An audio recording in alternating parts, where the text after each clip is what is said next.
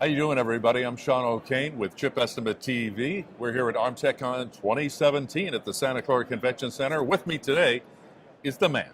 He's with us every year at ARMTechCon. Frank Schirrmeister is the Senior Product Management Group Director with the System and Verification Group at Cadence Design System. Thank you for joining us. My pleasure. Yeah.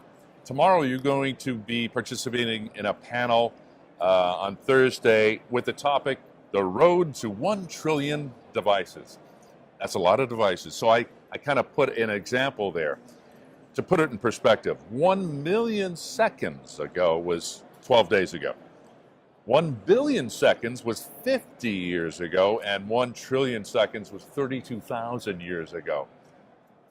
That's a trillion. So now we're going to talk about devices. Now, you had mentioned in a previous article that I read, that you wrote, it was very nice, that you think that you could probably connect right now about 90 plus devices in your home alone. So the question is, with the increased level of innovation and going forward, how are we going to collectively achieve connecting 1 trillion devices? Well, so first of all, let's roll back how we get to the trillion devices. The credit goes to Masa-san, SoftBank CEO, Right. who last year in his keynote said there will be 1 trillion devices by 2035, 20 years from now. So it was interesting, and people were like, 1 trillion devices, that's a lot, Yeah. right? So how did we get here? So let's do the Wayne's World thing. We're 20 years back, 15, exactly. Yes. 20 years back, actually 15 years back. Right. 2002, when I went to the airport, I had this, so less gray hair. I had my iPad. The iPad needed a keyboard at the time to external keyboard, because we didn't really have the finger touch technology. Right. To prove that I'm a mega geek and adopt technology early, I had a camera which attaches to this. I had an external GPS attached to which I could attach, and in the car it was quite messy with cables. All the cables are over there in my bag. I had 2 phones, one for the US and one for Europe. Hold those, please. And I had my iPod. My iPod, which is the one device out of this I still use. So all of this, of course, is now integrated today in here. Right and in there. choose your one. I mean, I'm an Apple guy, obviously, at this point, but that's how much integration happened. And that's just integration. That's 15 years. And 15 years, it's not that long, right? So right. that's just the devices which went together into one object, into the phone. Now add to this our fitness tracker. Oh, yeah. Add to this step trackers, health trackers. All you might your have. music. All my entertainment. music's on there. That's why the iPod is in there. So the integration is just amazing, and Yeah. that's what Moore's law made possible. All the Exactly. software, ARM, Cadence, we all helped enabling that. So now add to this the devices on the outside. One big question is, what else can be integrated into the phone? And we're pretty much there, as you can see. Generation to generation, there's more applications, more capabilities, faster, and then more cool things like now the vision, the recognition, and so forth. But to the 90 devices, that includes light bulbs. So I want to This is in your home. in my house. So alarm system, that's 4 sensors by itself for the camera. I have 4 cameras. Then I have motion detectors, at least 8.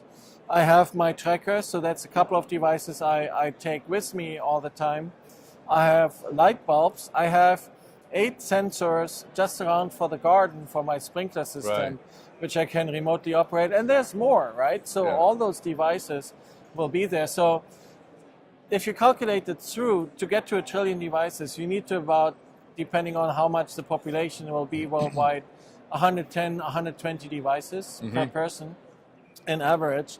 If I'm already at 90, counting the light bulbs, which could be remotely operated, 1 trillion is actually not that far, especially looking at the integration and the technology progress over the next 15, 20 years. That's definitely feasible. Yeah, and a side note, I believe there's 4 billion people that actually have the ability, Internet access, internet access, and there's another 4 billion that don't. And so That's a huge. That's the huge. So I think the trillion devices is definitely not out of range. Right. We actually have. I did all this those calculations. Rob Eichen from ARM will give a presentation tomorrow on this very interesting keynote. I got a sneak preview, and he will talk about, like, is it actually feasible with number of wafers and all that, and it absolutely is. It will take a lot. So how do we connect them, which was your next question, right? So the connection is an interesting issue. Right? You need all the interfaces. ARM has the Cordio IP for Bluetooth interconnectivity, and there will be discussions about where the processing is happening. So if you look at the energy in the transmission, it will be actually tough to just transmit all the data. That will not be possible. So you can't just take the end sensor and just put everything into the cloud and then let the cloud calculate it. As a matter of fact, there was a study from Google last year. If everybody would do a couple of minutes of voice recognition per day, they would have to double the data center. So there's the processing is just amazing in terms of what needs to be done. So the connectivity will be an issue. So new interfaces, the networks itself, 5G will play a big role as it's coming up, the next generation networks from a telecommunication perspective. And you kind of answered my third question, was what are the potholes, the impediments to making this journey happen? Right, so there's obviously that is one, the balance, right? Where do I process? Do I do more processing in the node? In 5G, as it's now rolling out, and we're not that far away from 5G. For the Tokyo Olympics, they want to have 5G ready. That's not too far away. That's like 3 years out. There will be a lot of connection of those devices directly to the network, right? Today, everything from the fitness tracker pretty much goes through the cell phone. There will be new communication paths. So, but now what this, the other big pothole in there is safety and security, right? That's it. So Simon's keynote this morning, Simon Segar's keynote, in which he basically had the call to action, let's put all those cyber hackers out of business with the right security in the systems is exactly it, right? So if you have all these different paths to get to your data, to get to the end device, it is very important that it's safe. And it's not only, I've always been joking, well, I really don't want my mom to know that I only took 3,000 steps one day because I was completely lazy.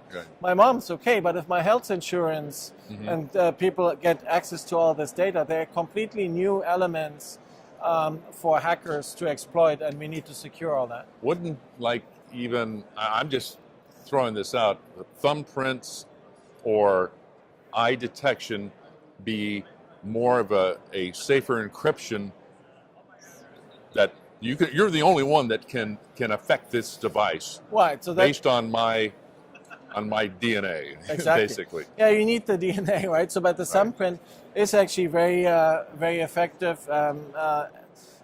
In their keynote, Apple was pointing out how the security for face recognition versus thumbprint and so forth helps.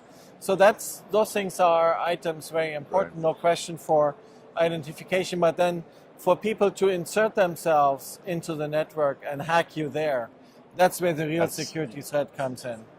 So all the security architecture ARM is driving, you have trust zone, you have all these effects ARM is doing. We are helping to enable them with our tools. That will be crucial. Otherwise, you'll have situations where people don't adopt it because they don't feel their data is safe. Got it. Perfect. Thank you so much. Thank you for joining me. For Frank Schirrmeister, my name is Sean O'Kane. We'll see you next time on Chip Estimate TV. Thanks again. Thank you. All right.